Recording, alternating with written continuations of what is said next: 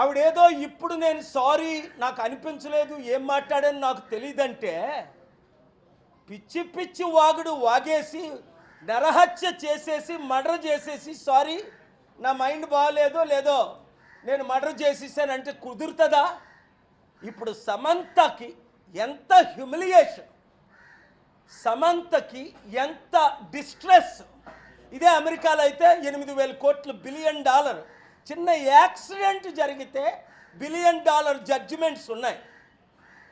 Legal prosecution అంటే criminal prosecution, defamation ఇవన్నీ prepare చేశాను ఆల్రెడీ.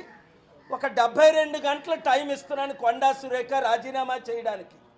లేదా రేవంత్ రెడ్డి ఆవిడ్ని కాంగ్రెస్ పార్టీ రాహుల్ గాంధీ మహిళల పట్ల ఏమైనా గౌరవం ఉంటే ఆవిడ్ని ఇమీడియట్గా పార్టీ నుంచి పదవి నుంచి తొలగించాలి. తద్వారా ఏమవుద్ది? 50% ఉన్న మహిళలకు మేము మహిళలను గౌరవిస్తున్నామని నోటీస్ పంపించడం. మీకు చిత్తశుద్ధి బయట లేకపోయినా ఉన్నట్టేనా వ్యవహరించండి. కనుక చాలా సెక్షన్స్ ప్రకారం డిఫమేషనే కాదు, క్రిమినల్ ప్రొసీడింగ్స్ కాదు, చాలా సెక్షన్స్ ఉన్నాయి. అవన్నీ నేను తర్వాత మాట్లాడతాను. 72 గంటల్లో కొండా సురేఖ రాజీనామా చేయాలి.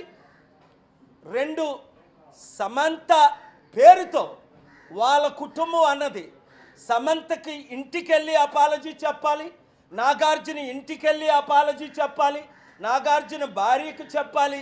వారి కుటుంబాలు నేను ఎప్పుడు కలలేదు, నాకు తెలియదు. అలాగే నాగార్జున కొడుకు వేరేదో నాగా చైతన్య తనకి అపాలజీ చెప్పాలి. తక్షణమే రాజీనామా చేయాలి, లేదంటే all hell will break loose. గర్వం ఎక్కువైపోయి కాంగ్రెస్ పార్టీ చూసారా నిన్నేం జరిగింది?